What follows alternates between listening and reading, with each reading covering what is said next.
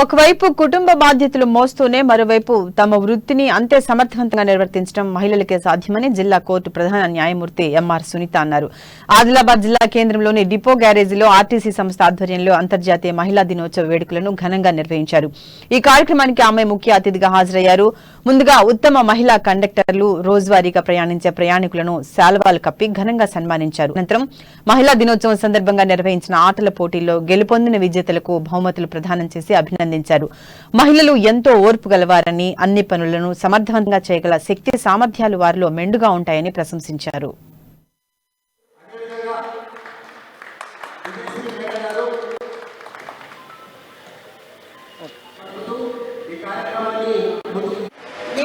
లా చదివి ప్రాక్టీస్లోకి వెళ్తుంటే నా ఫ్రెండ్స్ ఇద్దరు వచ్చారు.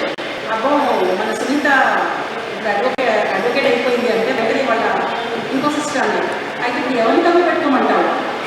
సో నిజంగా కూడా నేను ఇక్కడికి వచ్చింది మీరు తగులు పెట్టుకోవాలి, తగులు పెట్టుకుని పరిష్కారం కోసం మా దగ్గరనే చెప్పడానికి కాదు.